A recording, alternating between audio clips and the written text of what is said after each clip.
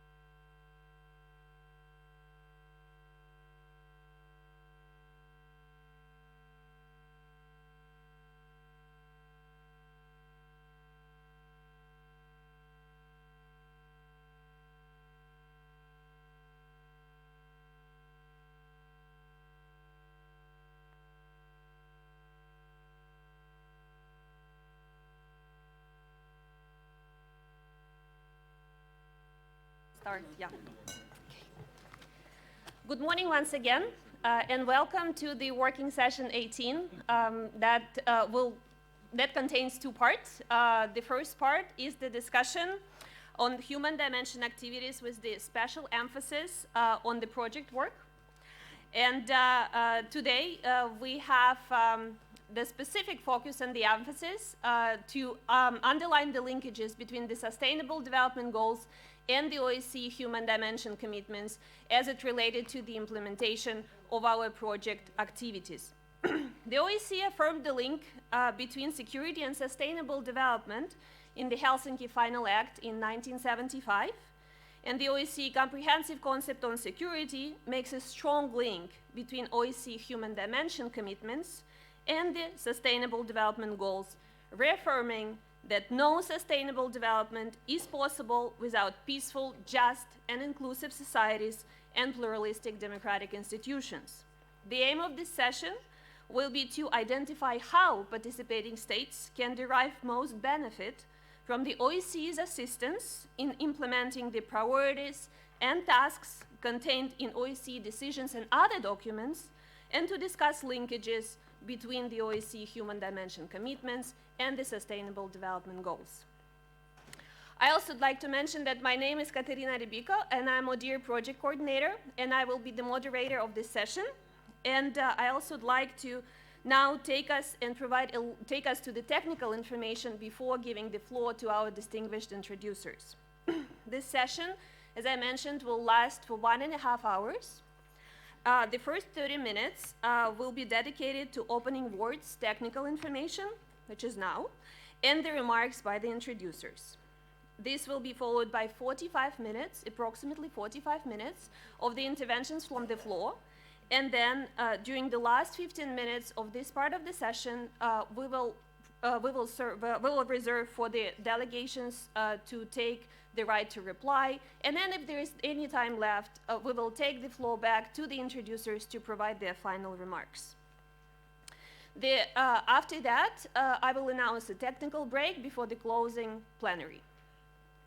I also would like to mention and remind that the speakers list is still open, and it's in the back of the head table, where participants can sign up and if they'd like to take the floor. And as always, the seats in the HDIM plenary hall are designated as indicated on the signs around the table, and I would really like to ask all participants to respect the seating arrangements throughout the session. And finally, live streaming of the 2019 HDIM is still available, and filming with cameras and video cameras is only permitted by accredited journalists during the opening and closing plenary sessions.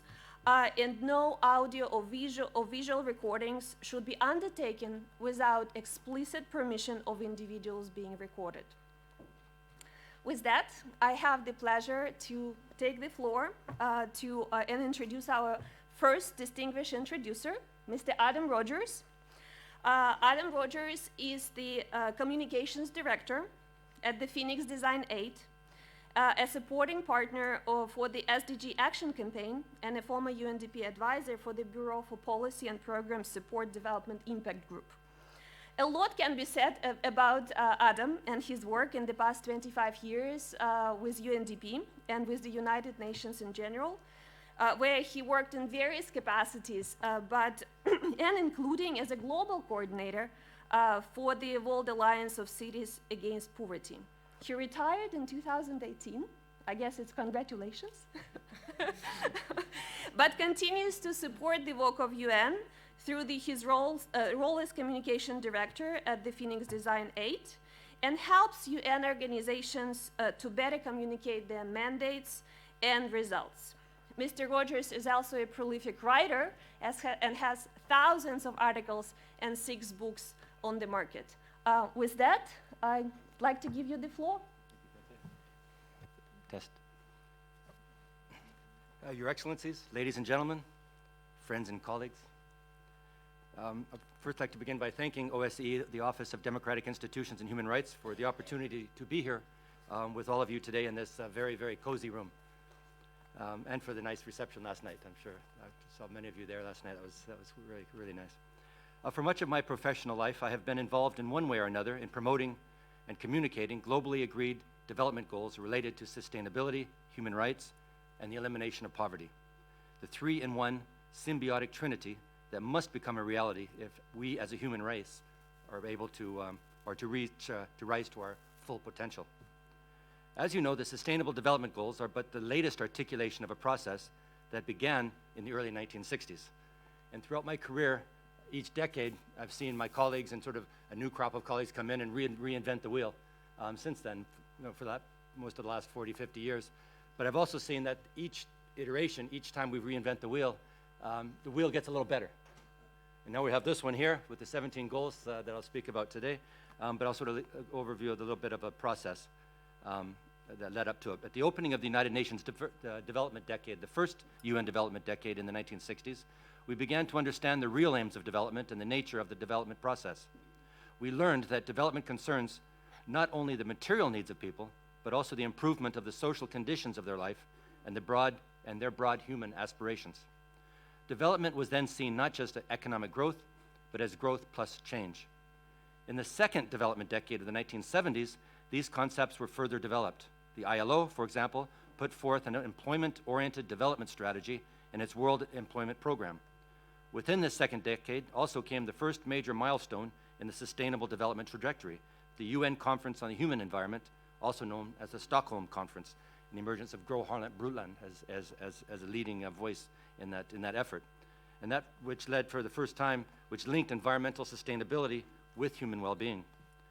The third development decade of the 1980s brought a re-examination of themes that emerged from earlier conferences. The Declaration on the Right to Development positioned the concept of development within the human rights framework.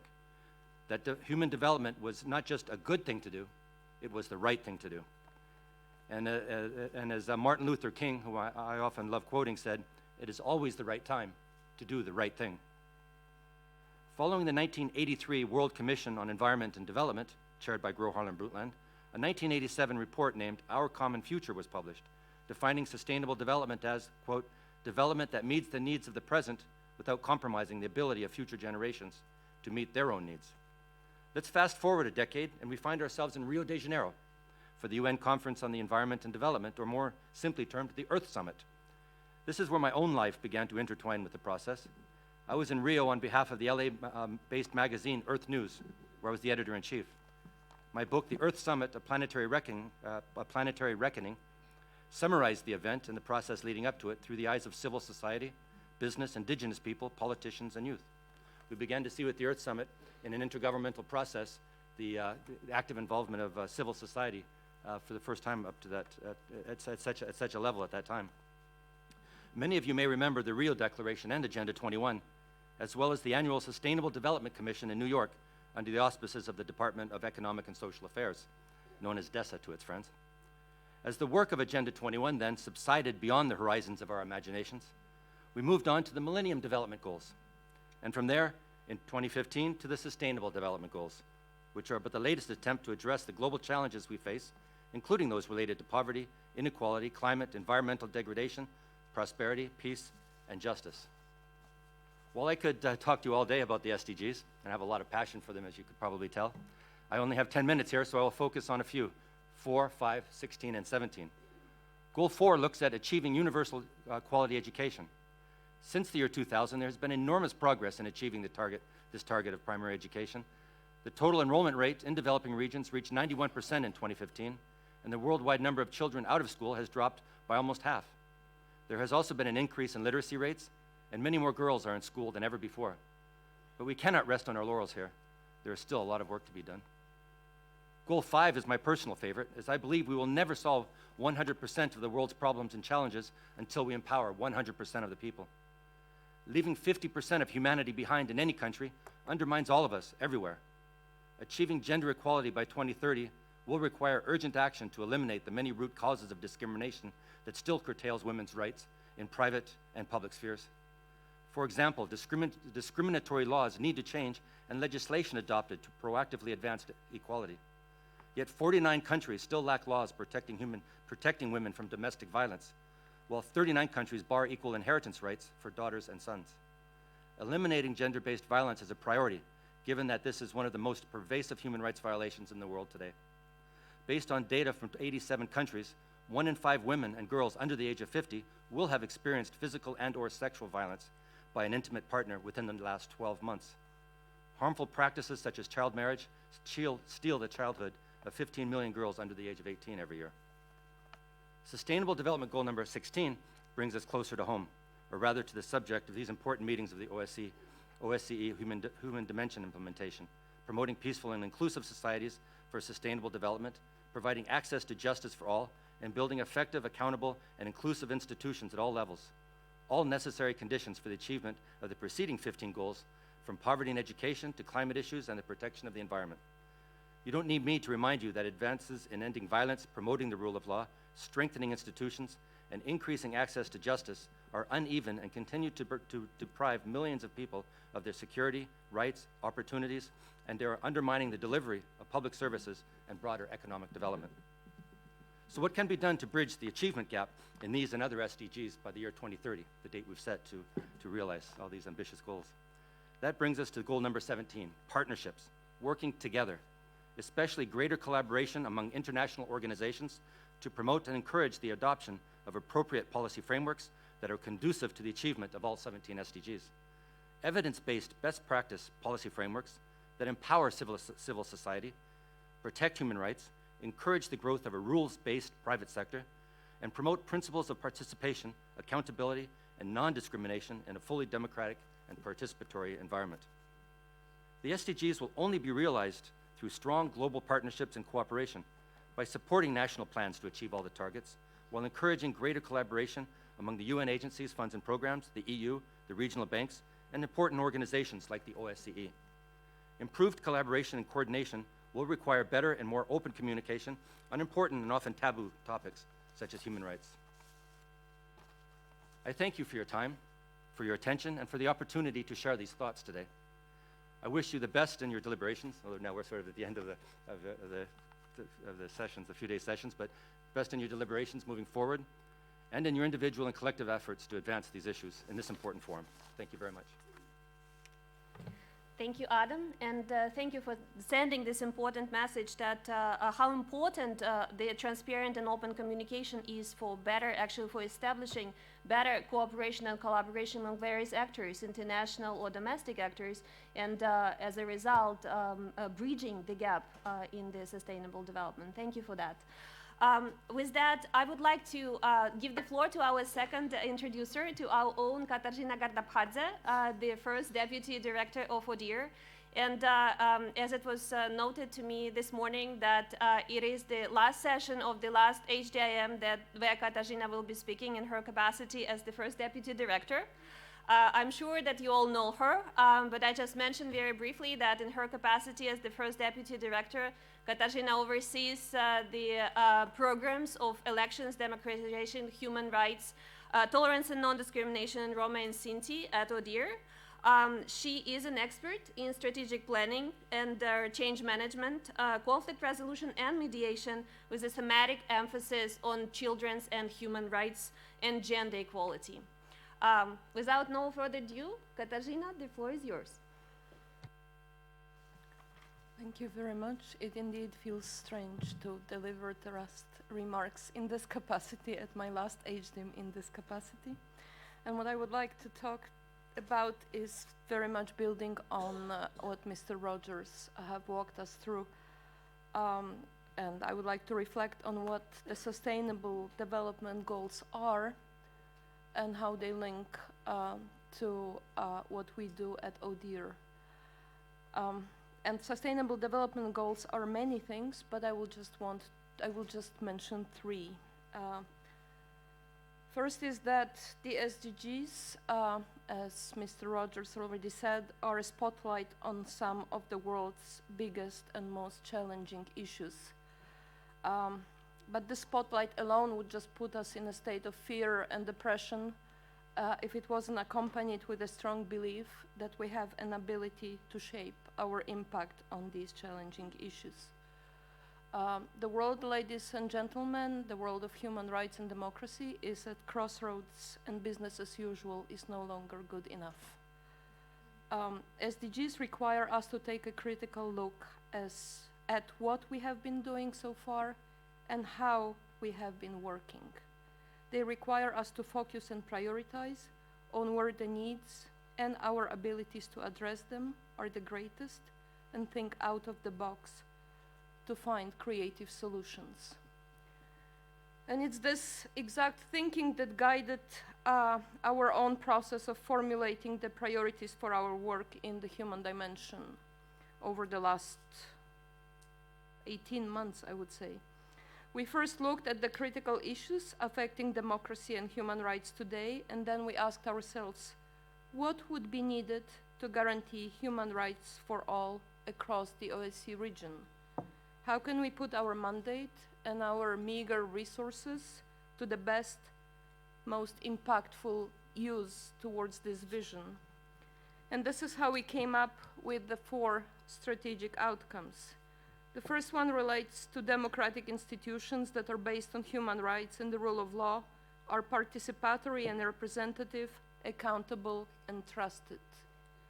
The second is about civil society that is able to advance democracy and human rights. The third calls for societies that are equal, inclusive, resilient, and free of all forms of discrimination and marginalization. And then, as a horizontal priority outcome, it's equal human rights for women. And I'm sure you can immediately see how working towards our strategic priority outcomes can support several sustainable development goals. And because we talk about project work, I will give you some project examples. Under our strategic priority 1, we have a project designed to support democratic institutions so they become more inclusive and accountable. And it clearly contributes to SDG 16, as Mr. Rogers mentioned, that among other things talks about providing access to justice for all and building effective, accountable, and inclusive institutions at all levels. Then in our strategic priority outcome 2, we have a project that talks about human rights education and promoting democratic citizenship online and offline, using a lot of out-of-the-box thinking. And we can see that it will contribute to SDG 4 that calls for inclusive and equitable quality education and lifelong learning opportunities for all. Then our Words into Action project under strategic priority 3 is aiming to work with civil society, security, and educational institutions and legislators to address various forms of discrimination and hate crime. And obviously, there is a link between this project's ambitions and contribution to Goal 10 on reducing inequality within and among countries. And then finally, our Change project will use a transformative and multi-dimensional approach to advance gender equality at the individual, collective, and institutional levels. And this will contribute to already mentioned as well as SDG 5 on gender equality and empowerment of all women and girls. Then secondly, SDGs are not just an ambitious goal, but they are in a sense a moral and ethical compass. But a compass would be of no use unless there is a road to travel and a means to travel this road. The way we see our work is to build roads and offer means of transportation. So in other words, putting SDGs and OSCE commitments into practice. This is why in our prioritization thinking, we asked ourselves, what would success look like in each of our 4 strategic outcomes? And we concluded that in everything that we do, from supporting democratic, open, inclusive, and consultative lawmaking processes, to educating young people on democratic values and human rights, helping institutions to provide effective responses to discrimination, and promoting equal participation and voice of women in public and political life, all our programs and projects offer practical tools to address contemporary challenges in the human dimension. Thirdly, SDGs are a call, as was mentioned, for a coordinated and collective action. They tell us that to create far-reaching changes in multiple dimensions, we need systemic, not patchwork thinking. Our priority outcomes, just like SDGs, are interrelated and interdependent, and they require building bridges across different thematic portfolios. For example, we are not going to be effective if we just offer training tools to support effective migrant integration, if at the same time we fail to look at issues such as the legal framework, meaningful participation of migrants in decision-making, and inclusive social attitudes. We also know that neither the SDGs nor our priority outcomes are attainable by any one organization alone, no matter how well-intentioned. Achieving them requires collaboration across sectors, organizations, and individuals dedicated to improving the human experience for all people. This is why we have prioritized dialogue and partnerships with international organizations, democratic institutions, civil society, and donors. We all need to prioritize and focus, building greater coherence and learning from one another. Next year, around this time, we will celebrate 30 years of the CSE Charter of Paris for a New Europe, and we have used an inspiring paragraph from this Charter of Paris in guiding our strategic thinking. 30 years ago, the participating states said, "Ours is a time for fulfilling the hopes and expectations our peoples have cherished for decades. Steadfast commitment to democracy based on human rights and fundamental freedoms, prosperity through economic liberty and social justice, and equal security for all our countries." Oops.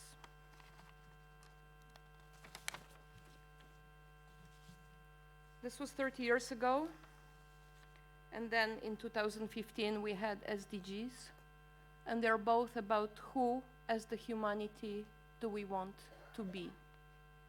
Are we doing everything we can to make them a reality for our people, for all our people in the next decade?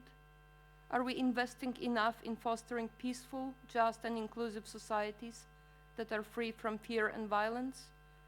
Are we doing enough to ensure that all people across the OSCE region can fulfill their potential in dignity and equality?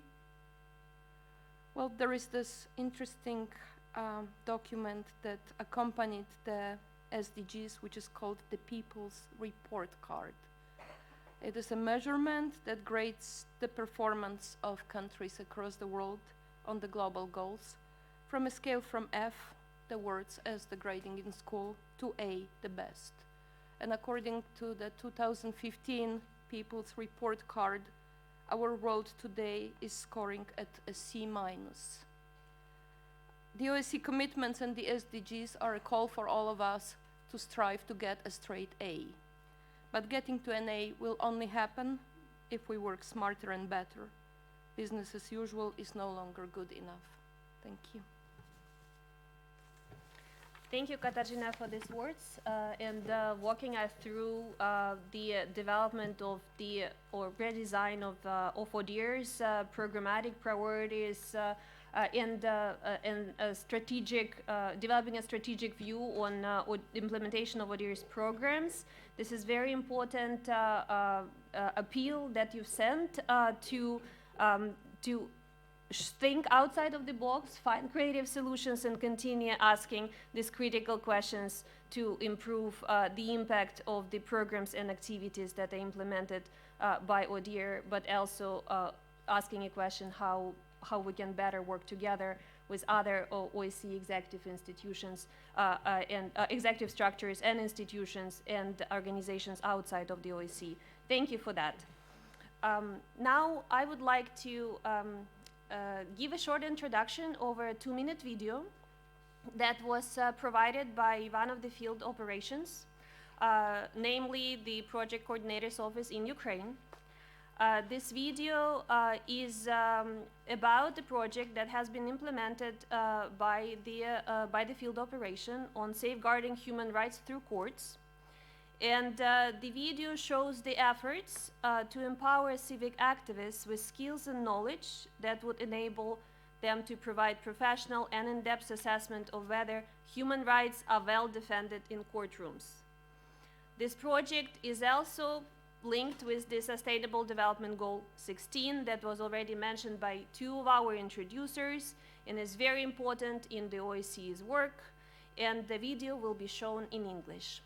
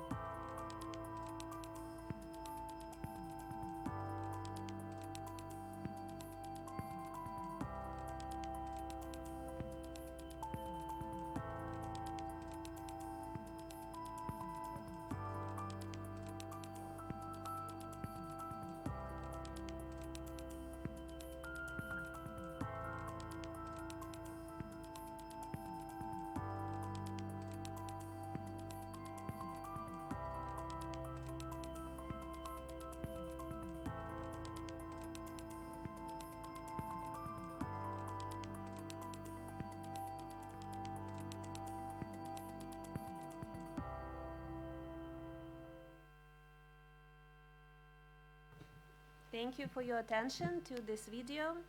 And now we have one more distinguished introducer at the panel, Denise Yazidze, who represents the Office of the OSCE Representative of Freedom of the Media.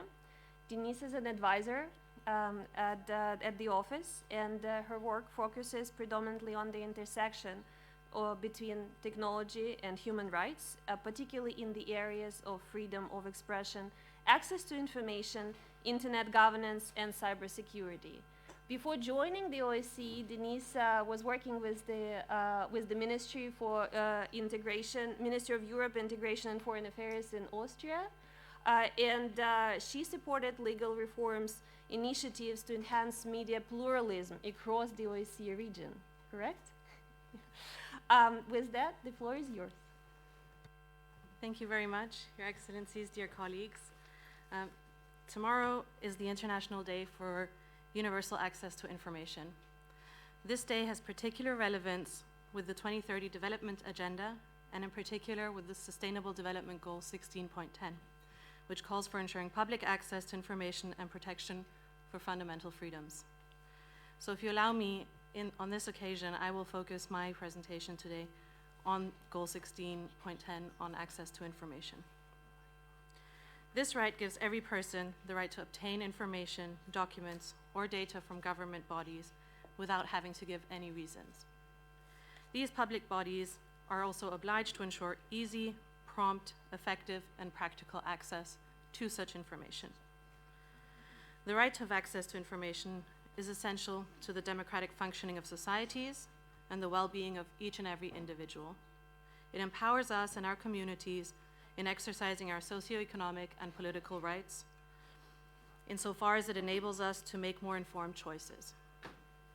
It has implications for every individual and any group in any society, ranging from their enjoyment of basic rights, such as health, education, housing, or work, and to their place in public life, including voting rights, participation in public and political life, accountability of elected and state officials, etc. Importantly, access to public information also compels governments and public officials to be accountable and transparent. This right to information helps to develop a culture of accountability among public officials who are obliged to put their actions at the service of the public interest. Since this working session's focus is on OSCE commitments and activities and their contribution toward the Sustainable Development Goals, it would be amiss not to focus my presentation on the right to information. This right has been a key element of sustainable development since the 1992 Rio Declaration and substantially included in almost all international agreements on sustainable development since then. But it is also a goal in and of itself, and it also concretely enables other human rights and the realization of sustainable development goals overall. At the Office of the OSCE Representative on Freedom of the Media, we recognize the right of access to information as a priority also for the ability of journalists to do their work and to ensure that citizens remain informed on issues of public interest and therefore remain able to take informed decisions. While the right applies to every individual, it is mostly journalists and other media actors who make frequent use of this right in their research for investigative stories about corruption, about environmental issues, cultural norms, and all sorts of other topics within a society. You, the OSCE participating states, have also recognized this right, and in particular its importance for independent media to contribute to preventing and combating corruption, the financing of terrorism, and money laundering and its predicate offenses.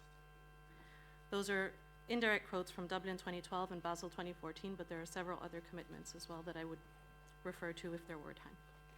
Such political commitments importantly reinforce the Sustainable Development Goals and allow the OSCE to assist one of its closest partners, the United Nations, in realizing the SDGs. However, as I'm sure you have heard many times before, political commitments are futile without implementation. So it is also our duty as an OSCE institution to assist you in the implementation. Our mandate is guided by the commitments, as are our activities. Of course, this is a process that requires willingness from your side to take our advice and recommendations, but also to be accepting of constructive criticism when we tell you something has gone wrong. But aside from the constructive criticism, let me briefly share with you some successful examples of projects that have helped in the process of realizing the SDGs and about some of our ongoing initiatives.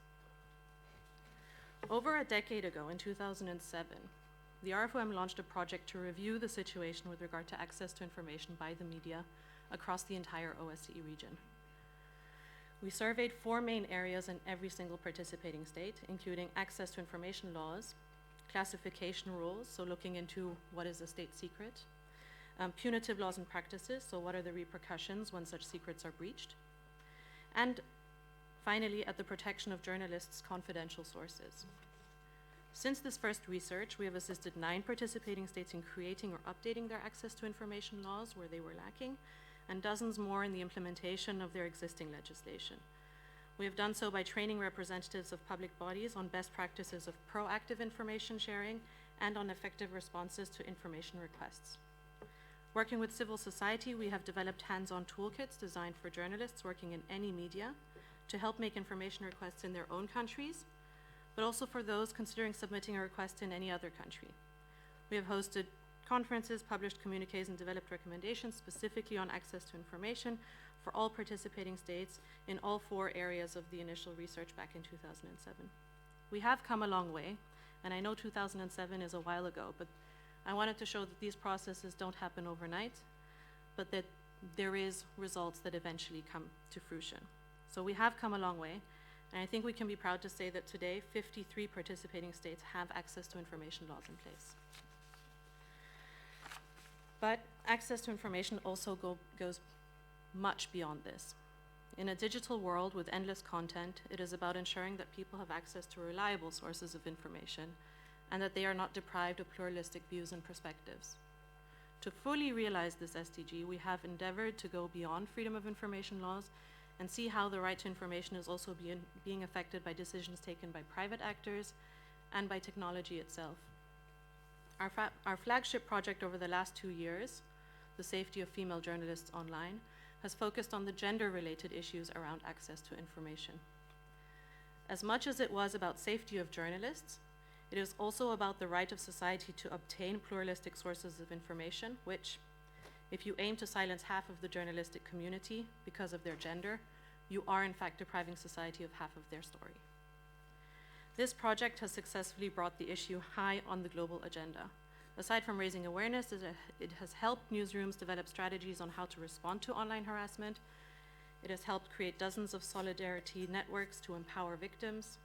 And it has helped governments reach new political commitments, including your latest Ministerial Council decision on safety of journalists, where there is an explicit reference, and we thank you for that. Finally, I will conclude by looking forward. We aim to continue supporting the realization of all sustainable development goals through the access to information, in particular by also addressing the ways in which information online is currently being curated and arbitrated. Today, our global information space is predominantly online. The ways in which we do research, find news, engage in public debate, and interact with our friends and colleagues, almost always, perhaps with the exception when we are in the same room, requires us to be online. And so we need to be sure that this online information space is benefiting society, empowering individuals and our rights as it was intended from the beginning of the development of the internet. But a lot has happened since then. We are confronted with platforms that carry harmful content as well, including hateful speech and misinformation. We have more sophisticated technologies today, including artificial intelligence that can develop deep fakes impossible to call out as fake. However, please don't mistake my criticism as a call to revert back to the Stone Age. We need the internet, and we need its platforms. But we also need regulatory frameworks that safeguard us from censorship while addressing harmful and/or illegal content online. We need education to develop cognitive dissonance from the information we are given online, to question and understand whether what we are reading is true or false. Only then can we truly make informed decisions. The RFOM's latest project, recently launched on the impact of artificial intelligence on freedom of expression, will hopefully develop answers to many of these questions over the next 2 years. And I'll conclude with that. Thank you very much. Thank you, Denise. It was very important of you to mention the implementation of the OSCE commitments and the role of OSCE institutions in assisting participating states in implementation of the human dimension commitment, but also it was really important to bring the element of the technology in, as it affects brings a lot of challenges and opportunities, and is an integral part of every aspect of the OSCE work nowadays. Thank you for that. Thank you for your remarks.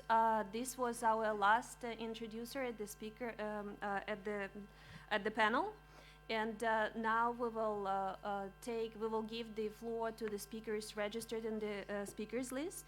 I was informed by my colleagues that the speaking time is limited to 3.5 minutes.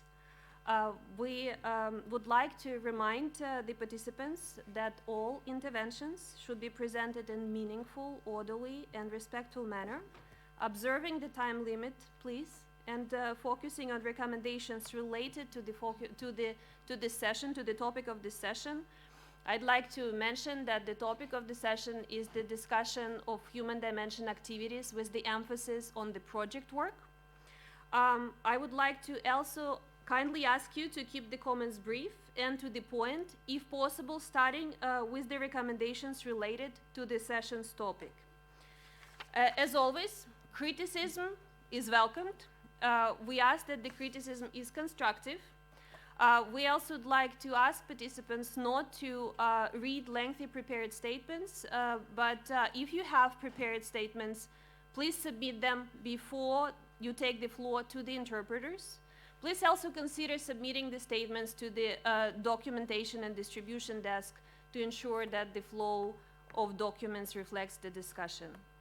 I also need to remind all participants that you can speak only in the capacity in which they are registered, and only entities registered on the speakers list can take the floor.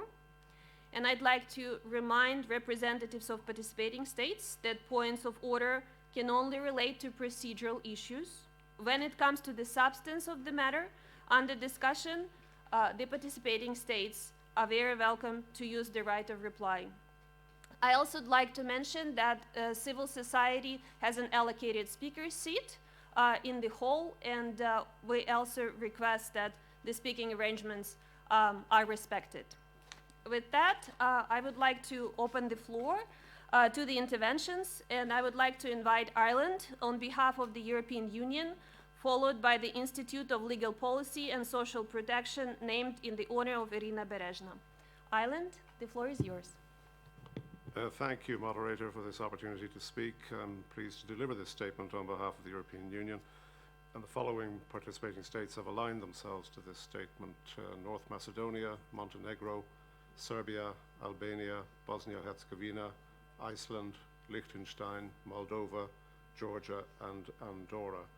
In view of the time constraints, I'd like to begin perhaps by making the following 3 recommendations. 1, meeting the conditions for the timely adoption of the OSCE Unified Budget is essential to facilitate the executive structures and field offices in delivering on their mandates, including in the human dimension.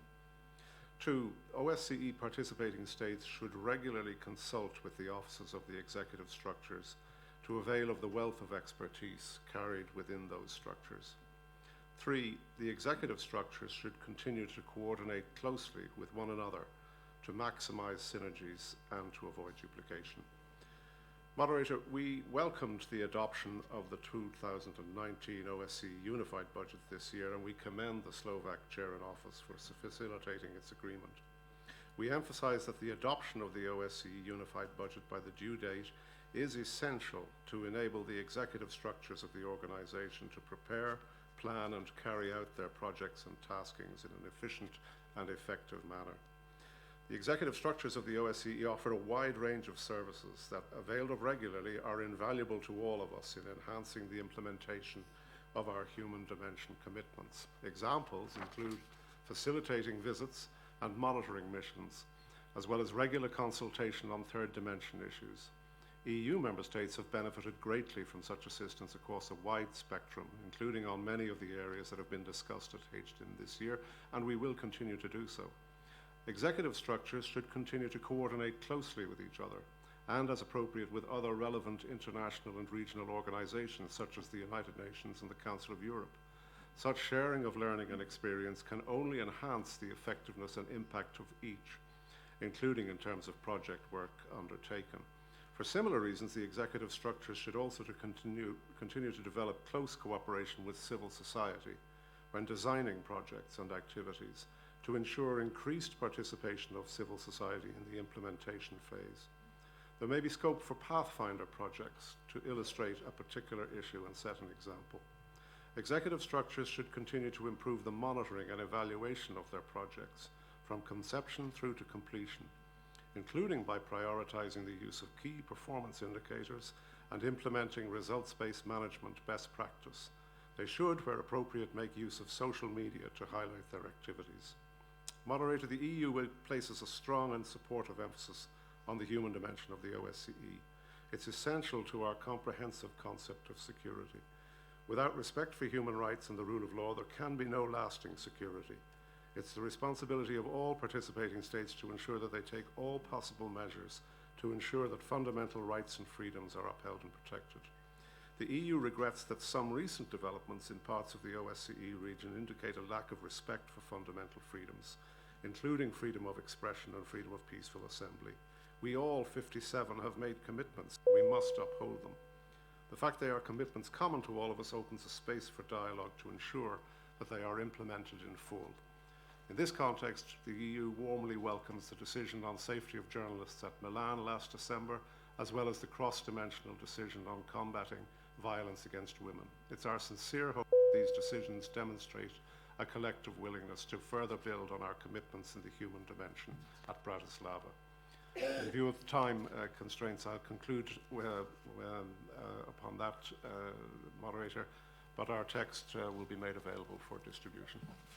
Thank you very much, Ambassador, and thank you for making clear recommendations and prioritizing them in your statement. Now, I would like to give the floor to the Institute of Legal Policy and Social Protection named in the honor of Irina Berezhna, to be followed by the Office of the Project Coordinator in Ukraine.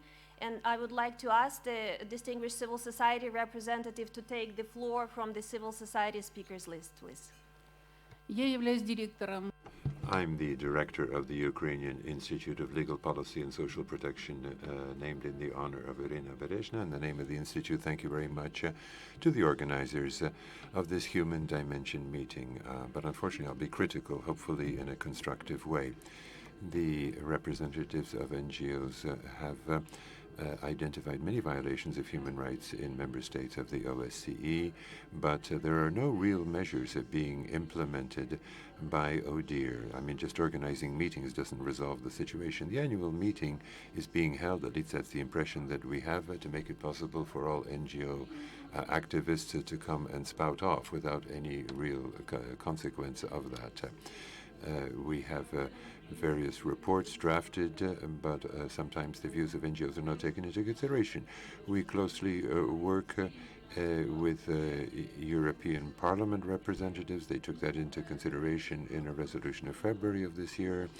Similarly with the OSCE mission in Ukraine, and yet despite the fact that all international organizations have criticized the situation in Ukraine, ODIHR has made no official declaration. In 2015, OD, together with the commissioner responsible for national minorities, have prepared a critical report on rights in Crimea.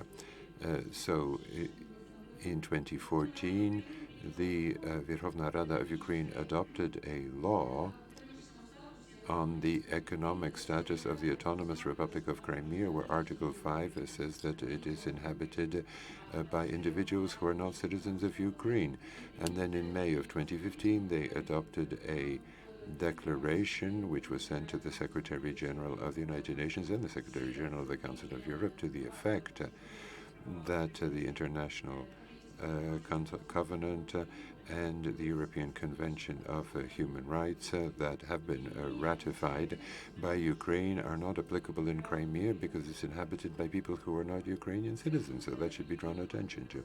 I'm also baffled by the fact that ODIHR organizes certain events. There was a meeting in Vienna this year about violence on the internet. That was referred to by the rapporteur. Now, the rapporteur brought someone called Nasil Diakov, who talked about violence on the internet in Ukraine. There was a situation where a former lover published intimate photographs of a former girlfriend, and these forms of violence are of a concern, of course, to the human rights organizations.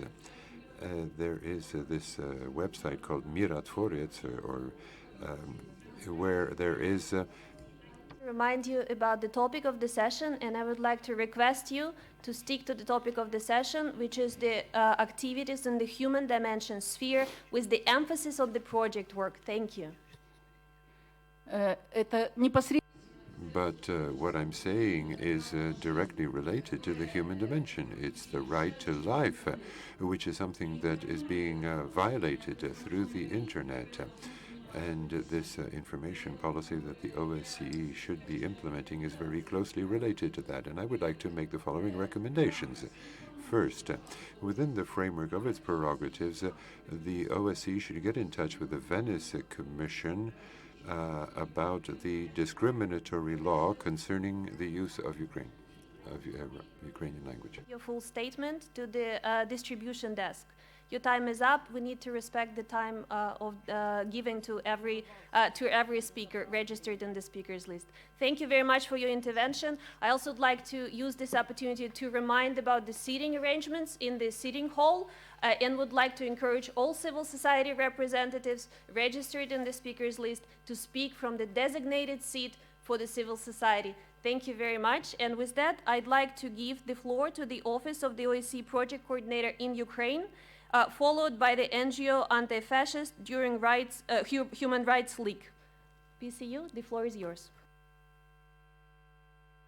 The OSCE Project Coordinator in Ukraine. I am the head of the Human Security Program and would like to talk about the gender equality related work that we do in our mission.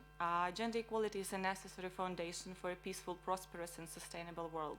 However, gender inequality and gender-based violence still affect a number of areas of our lives, having significant direct and long-lasting consequences. To address this issue, the OSCE Project Coordinator in Ukraine closely cooperates with key governmental and non-governmental stakeholders, focusing on sustainable promotion of gender equality throughout Ukrainian society, improvement of anti-domestic violence legislation, enhancement of the capacity of the police and social service providers in assistance to GBV victims, and training psychologists to implement corrective programs for domestic violence perpetrators. The OSCE Project Coordinator supported the conduction of trainings on United Council Security Resolution 1325 for the Ministry newly established network of gender focal points and for professors at the Ministry educational institutions who in turn teach police cadets. A nationwide forum took place to promote gender equality throughout the ministry, highlighting women's role in peace building and careers in law enforcement. Our cooperation with the National Police of Ukraine and the Ministry of Interior resulted in the introduction of anti-domestic violence course in the training curriculum of police educational institutions, establishment of interactive training rooms to train police officers, and introduction of multidisciplinary police teams called Polina all over Ukraine. We also trained 112 hotline operators in all regions of Ukraine to properly respond to domestic violence incidents. In addition, many efforts are being put to raise awareness at all levels and create a culture where a perpetrator's behavior is considered unacceptable. Thus, together with online platform Edera, the OSCE PCU launched a new online course in combating domestic violence, House of Insecurity. Thank you. Good morning, colleagues. My name is Natalia Stupnitska. I'm Rule of Law and Human Rights Program Manager of the OSCE Project Coordinator. The OSCE has affirmed the link between security and sustainable development since its very beginnings, and the soft law of the organization outlines the importance of the education and makes synergy within the UN Sustainable Development Goal 4 on ensuring inclusive and equality education, as well as promoting lifelong learning opportunities for all. In our activities, our office has put particular emphasis on promoting human rights education in schools, development of quality legal education, and continuous professional education as a precondition of the quality of justice and important element of the comprehensive concept of security. Drawing inspiration from OSCE ODIHR key recommendation on independence of judiciary, the coordinator supported the School of Judges in development system of judicial training, consisting of courses including online courses. All courses are being institutionalized by the National School of Judges and further taught without the PCU support. To measure the impact of judicial education and to constantly improve the judicial training, our office supported development of the systemic evaluation system of judicial education, teaching method, as well as organization of training process. In the area of legal education, our support is focused on strategic improvements to the education and training by law schools. The coordinator supported introducing first ever state exam for candidates of Master in Law, which has now been institutionalized by the Ministry of Justice. In the area of school education, we this year developed online course. Please conclude. Yes, and I would like to say that we believe that quality education fosters the development of the rule of law culture within the society, and the human rights education, legal education, without doubt, a foundation of such culture. Thank you for your intervention. I also encourage you to submit the full statement to the Documents and Distribution desk. And with that, I'd like to pass the floor to the NGO Anti-Fascist Human Rights League, followed by the OSCE Program Office in Bishkek. Madam Moderator, distinguished participants, I should like to thank the organizers for convening this annual meeting. However, I must say that the ODIHR leadership did not respond to the unprecedented, discriminatory and flagrant violation of Ukrainian citizens. Ukrainians who were temporarily residing in the Russian Federation, working there. I'm referring to people who wanted to elect the Ukrainian president and members of the Rada. There are over 3 million such people. And we're going to have a similar situation, as very soon there are going to be local government elections. In Kiev, they're going to take place on the 8th of December 2019. According to the legislation, all temporarily displaced persons from the Crimea and the Donbass, basically, they have been stripped of their electoral rights. Therefore, once this meeting is over, we would like for you to compel the Ukrainian state to allow all Ukrainian citizens to take The topic of the session, which is the discussion of human dimension issues with the emphasis on project work. Thank you very much. Well, isn't the right to vote? Isn't the right to vote a fundamental right? The right to elect your representatives? And millions of Ukrainians do not currently have that right. I also call for you to decisively condemn all instances of national radical, national neo-Nazi ideology which has been supported by the Ukrainian state. We call for laws to be revoked. These are laws which glorify the memory of wartime collaborators.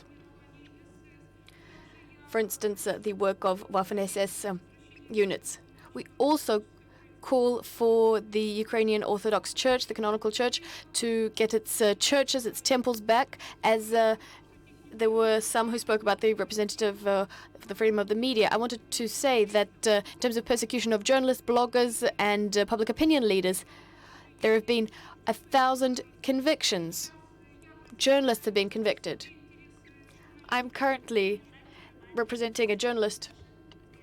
Emphasis on the project work. Please continue if you have recommendations related to the project activities in the human dimension. Thank you.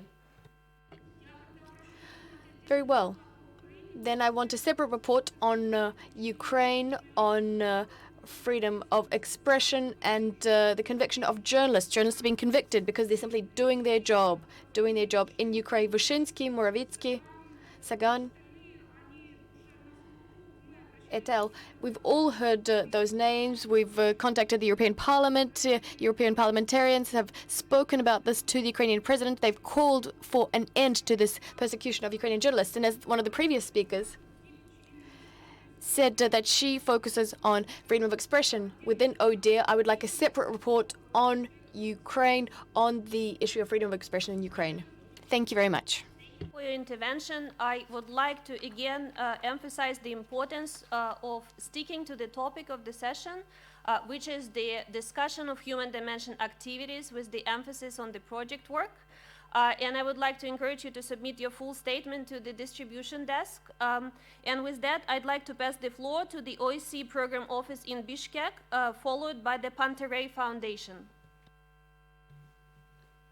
Thank you very much, moderator, for the opportunity to present the human dimension activities of the OSCE Program Office in Bishkek. My name is Janat Sarumbaeva, and I am National Democratic Institution Officer. The office responds proactively, effectively, and efficiently to the needs of Kyrgyzstan in implementation of its human dimension commitments in line with its mandate. The office introduced the so-called consultative mechanisms that allow the office to better coordinate its work with the host authorities. The program office in Bishkek promotes a comprehensive approach to the ongoing judicial and criminal justice reform in the country by supporting the implementation of new laws that came into force in January 2019. One of the major achievements, which is worth mentioning, is that the office effectively supported the development and commissioning of a unified registry of crimes and misdemeanors that is now in use. These project activities contribute to achieving SDG on promoting the rule of law and ensure equal access to justice for all. The office continues promoting gender equality by assisting in implementation of the national strategy on promoting gender equality and the National Action Plan on UN Resolution 1325.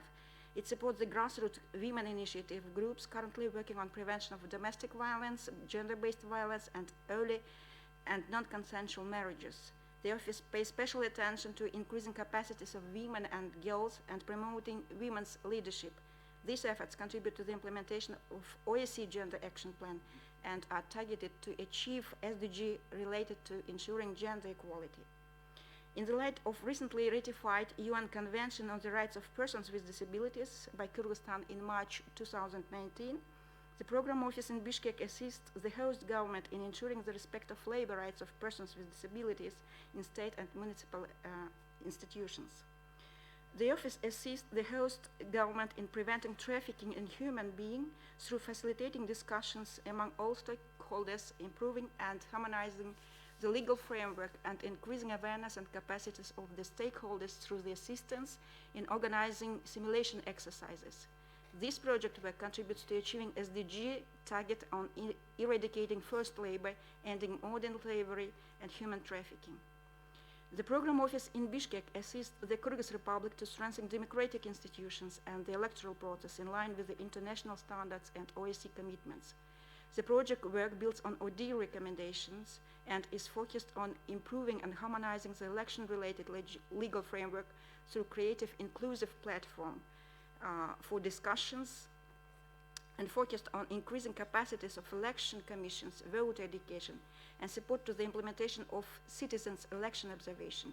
In doing so, the office pays special attention to fostering the respect of electoral rights of underrepresented groups. These efforts contribute to reaching SDG on empowering and promoting the political inclusion for all. And finally, while implementing its human dimension commitments related project work, the office aligns and coordinates whenever possible with the OSCE institutions, field operations, and international organizations. Our doors are always open to provide any information to those who are interested. Thank you for your attention. Thank you for your intervention and also for observing the time limit. With that, I'd like to pass the floor to Pantarei Foundation, followed by the Russian Federation.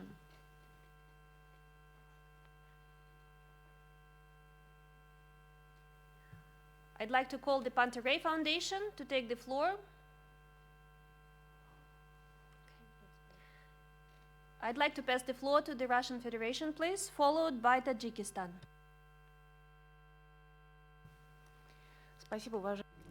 Thank you, Madam Moderator.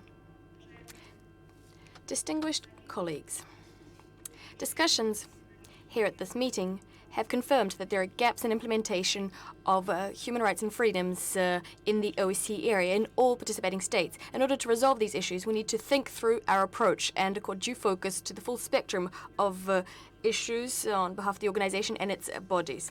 We've underscored a number of times that the OSCE governing bodies have their priorities seriously skewed. They're focusing on the countries to the east of Vienna. In fact, the project activities of the Secretariat and ODIHR, HCNM, and the representative of the freedom of the media are focused here to the east of Vienna. However, the organization is ignoring what's happening in other participating states, US, Canada, EU states. This only serves to exacerbate the situation. ODIHR's work on election observation is very telling. Countries to the east of Vienna often host big missions, 400 to 500 people, whereas countries in the west, well, either there are no election monitoring missions which go there, or they're small groups.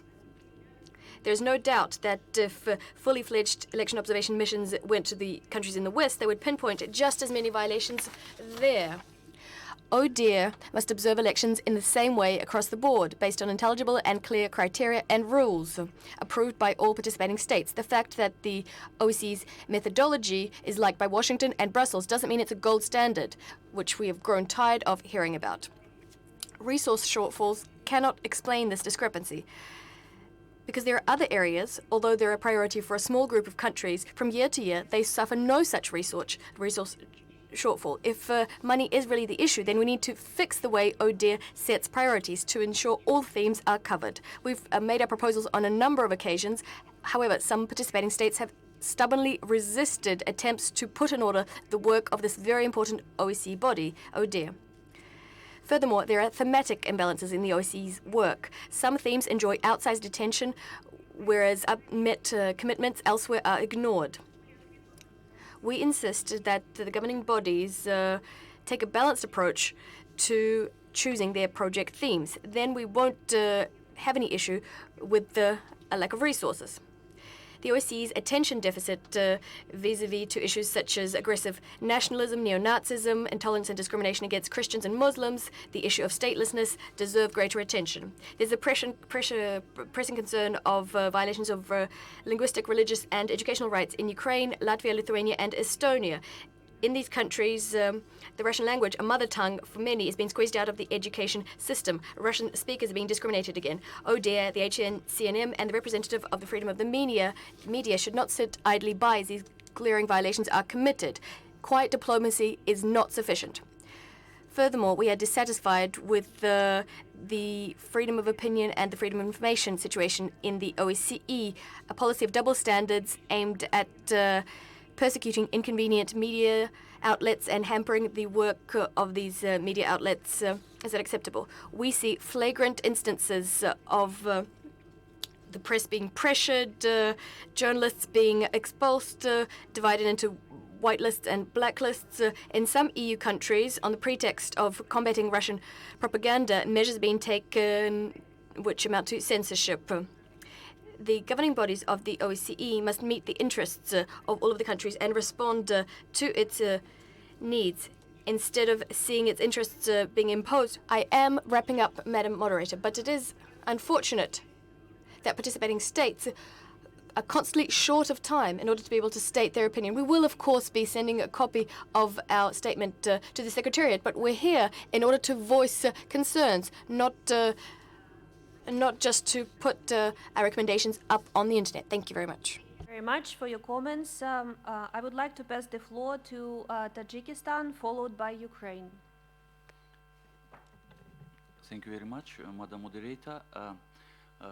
The delegation of Tajikistan believes that involvement of OSCE institutions in assisting participating states in implementation of their development strategies is very important. In 2016, the National Development Strategy of Tajikistan till 2030 was adopted by the government, and this strategy was based on the SDGs. Particular attention in this strategy is devoted to the issues of education, health care, employment, combating corruption, energy security, etc. And the problem of gender equality and participation of women and girls in the development of the country is given a particular importance. In 2017, Tajikistan presented its voluntary national review on the implementation of the Agenda 2030 during the high-level political forum in New York.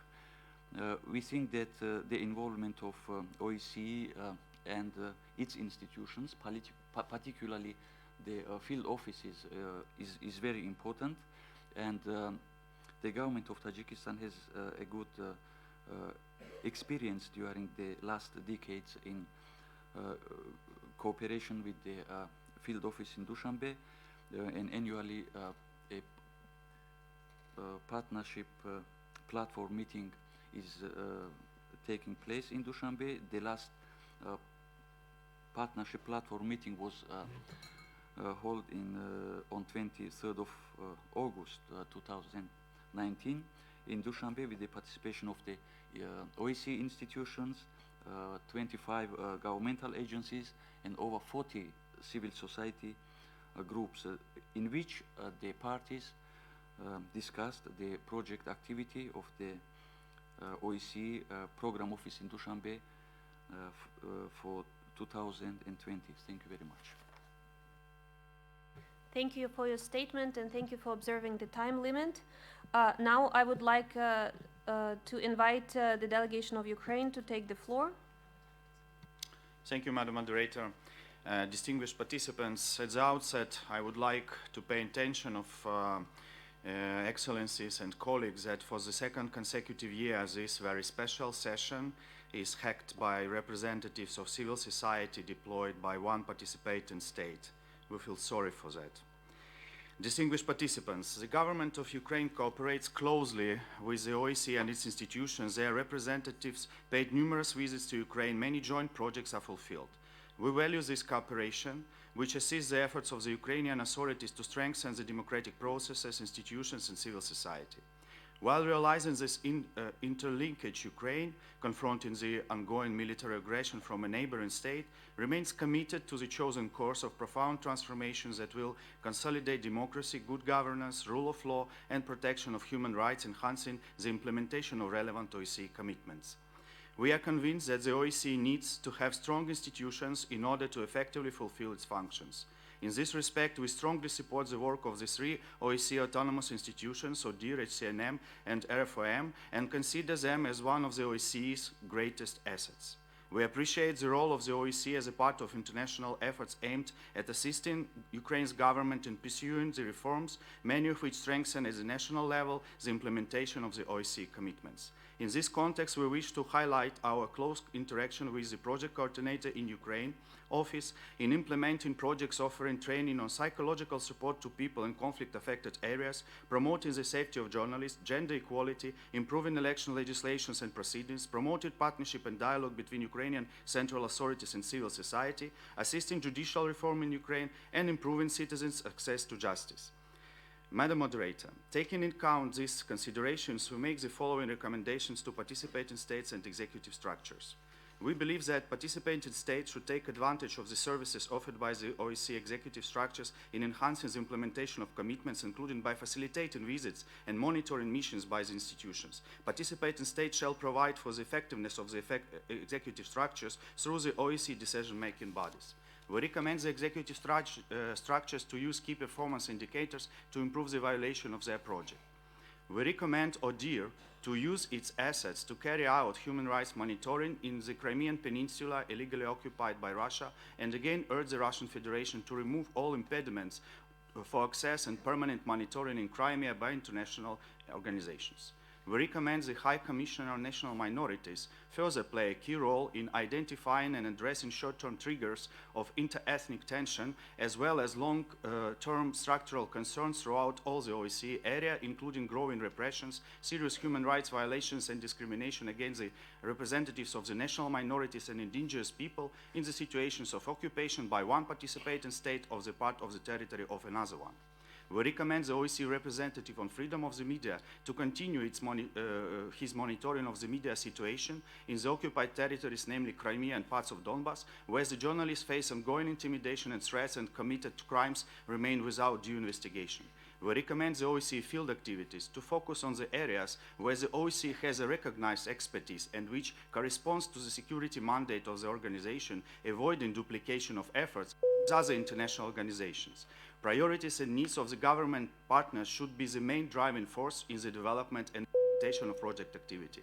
We look forward to further fostering our cooperation and mutual understanding. I thank you. Thank you for your intervention. We have a new speaker on the list. It's Council of Europe. Council of Europe, the floor is yours. Yes, thank you, Madam Moderator. Everything the Council of Europe does contributes to the implementation of Agenda 2030. We didn't as such invent new activities, but rather aligned all that we do with individual SDGs. As of the current biannual budget and program of activities, we have clearly indicated in this document for each main program line to which specific SDGs our activities are relevant. At the same time, we have created a website which is organized per SDG, which allows member states to refer to their work in the Council of Europe to illustrate how they contribute to the implementation of specific SDGs in their voluntary national reports. And we're happy to note that many of our member states have indeed referred to their work and commitment in the Council of Europe in their voluntary national reports. So just to conclude, I would say this is an illustration of how the Council of Europe can contribute to the implementation of SDGs. We consider it a best practice example which could possibly be shared with other international organizations such as the OSCE. Thank you.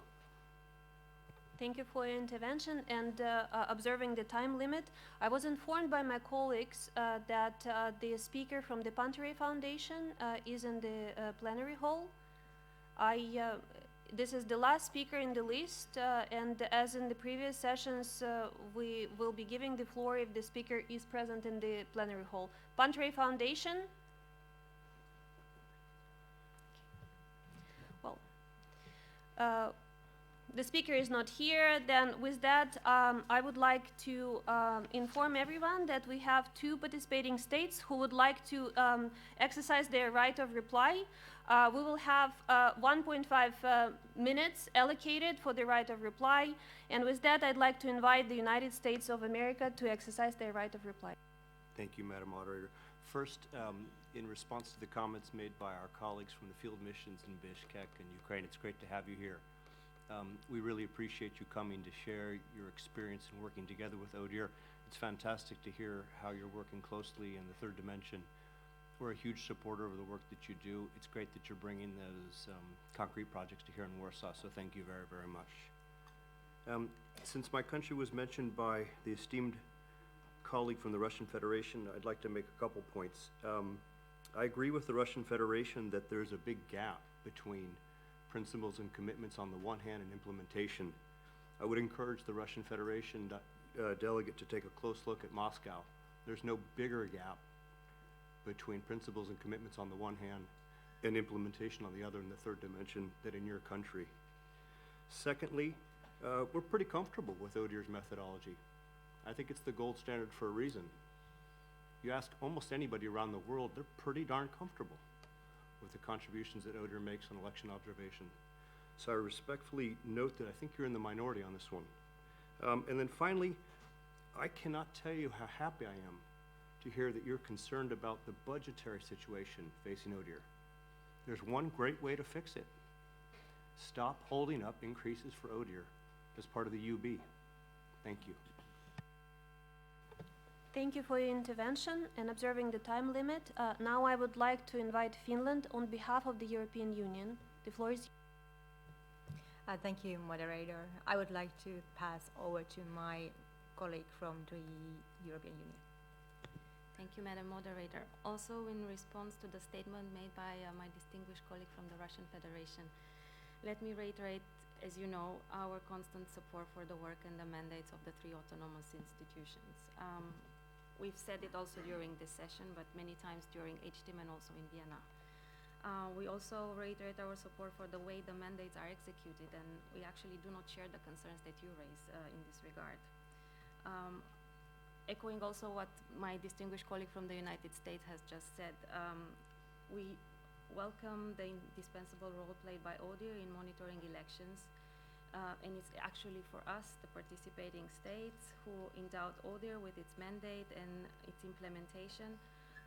And its implementation depends actually both on us, on our determination to respect our commitments, but also in ensuring ODIHR adequate funding to undertake all the election observation demands, be it expected and unexpected, and also with secondment of observers.